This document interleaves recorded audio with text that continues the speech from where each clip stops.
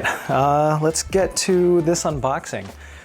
First of all, get your knife ready. It's important that you make your initial cuts with justice and make sure that you're to the point. So we're gonna really get in there. Get some really aggressive cuts, because what happens is if your knife is dull or if it looks inferior, you're not gonna have a good unboxing video. Okay, we cracked this thing open. I haven't actually looked at this. This is my first time seeing this thing. We have A2 specifications. For those that don't know, we've got a 15-inch wheel. I don't know, it's a 14-inch outer diameter on average rim, but then they end up overinflating the extra bit of knobs to make themselves feel better. Product color, blue. There's no other colors that you can really choose right now. We're stuck with blue right now. Bluetooth speaker, no. Don't expect music. Buy a JBL clip or literally like any mobile speaker that'll make you happy in the long run while you're rolling around. It's 84 volt, 1000 watt motor, 750 watt hours. It's the same as the M10-4.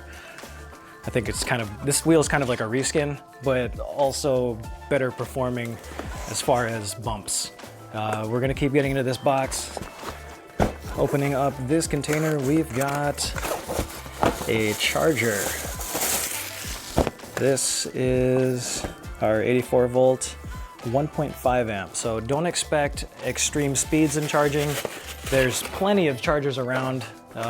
Roger, one of our buddies, makes a pretty solid charger. Hit him up. I'm gonna put this box sideways, toss this paper to the side, and pull this wheel out onto this rickety table.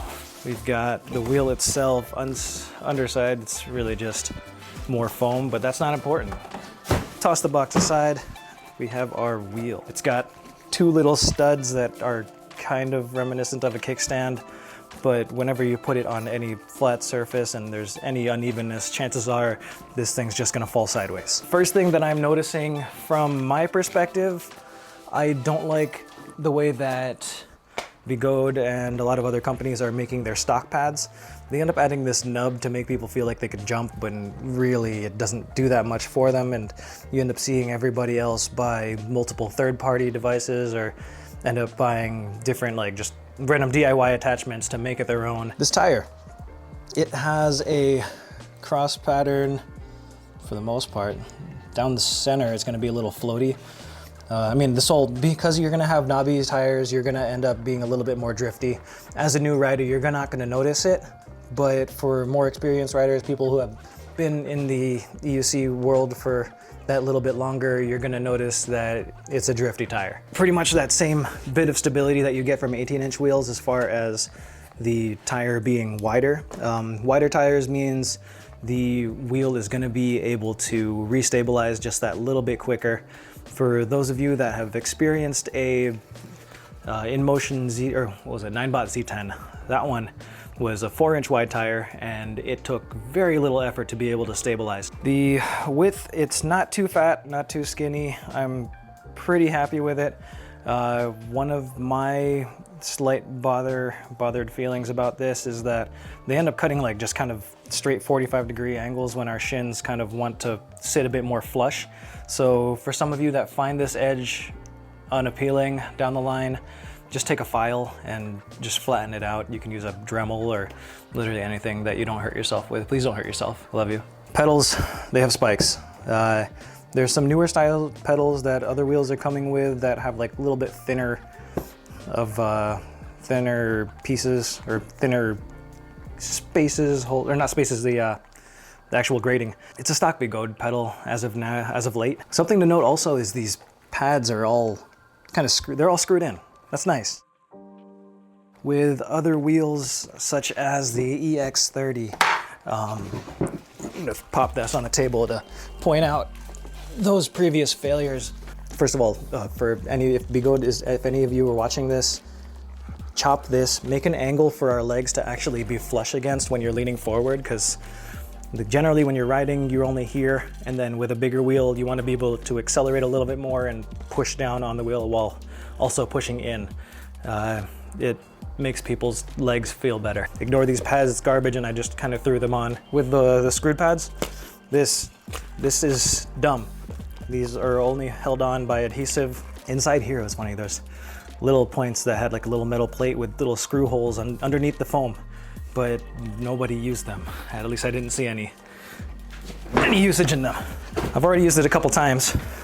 This handle feels very sturdy. I'm happy with that. This is our power button. Oh no, this is our lift switch. That's a nice clicky feeling. I like a good click. Okay, so when you first get your wheel, probably this is your first wheel. If it's not, then congrats, you have another wheel. Hold the lift switch, power button 5 times. That's how you turn your wheel off of travel mode. So pretty much if you accidentally turn your wheel on while you're moving or doing whatever, the wheel's not gonna spin up and start fires inside the box. So we're gonna turn the wheel off, turn it back on, and then now it's gonna restabilize. So that's pretty neat. This is cool. Something that I've been waiting for companies to do for many moons. This is a twisty knob. So having a twisty knob, that means extra waterproofing. They even threw a little gasket in here. That's neat. I like that. Little 4-prong charger port. Again, it's 84 volts, so hopefully any other 84 volt Begode charger you have, or Gotway charger if you're from the prehistoric times, that is like 3-4 years ago, then you should be able to charge. We have a fender. I like this fender. It's robust. It looks good. I'm happy with this. Keep doing that, Begode. We have our brake lights. Is it gonna be giving us the... Okay, yeah, it still does. Okay, so if you hold it up and then you're moving, it'll tell you if you're turning or not. It's kind of useless because when you're making your turn, you're already doing it. So you're not really warning anybody, you're just establishing that it's happening. This is a wheel. Oh, this is rubber. For other models, for say like the EX30, the Masters, a lot of other ones, they don't have rubber on top. So this is, it's kind of nice just seeing how there's like the span of maybe, I've been riding maybe a little less than 4 years, or no, 4 years now. EUCs used to be made of like tin foil or paper mache. Now we have things that are more robust and things that we can not cry about if we just were to dump it. If I did that with like was it MSX? The Gotway MSX, I would be crying a lot more than that.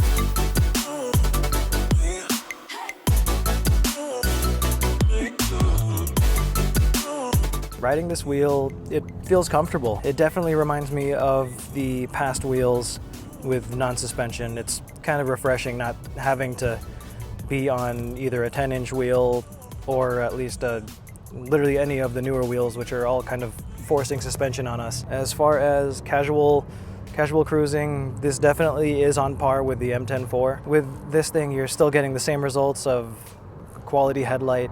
These pads are awesome. The handle, it's a good time.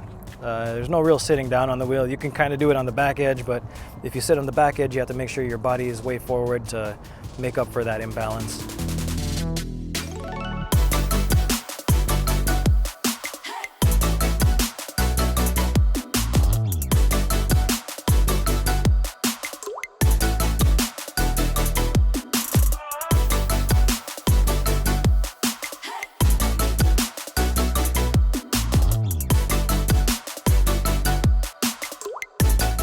Glad you guys got to watch this. For those of you who are learning, pick up a wheel that makes you happy.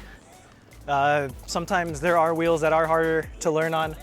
So like in motorcycle world, once in a while people do like picking up a Hayabusa out the gate. But if you're looking for something tamer, something on the cheaper end, don't hesitate to pick up an A2. I don't think you'd regret it. As far as durability, this thing's great. You can throw it at anybody. They're probably gonna hurt themselves first before they hurt the wheel. As far as waterproofing, maybe we'll get some more tests in. We're not in any real rush to throw it in water because we like a lack of rust. Yeah, I mean, it's a good wheel overall. It makes me happy. Buy one. EUC Ungerground. Spend money. Love you.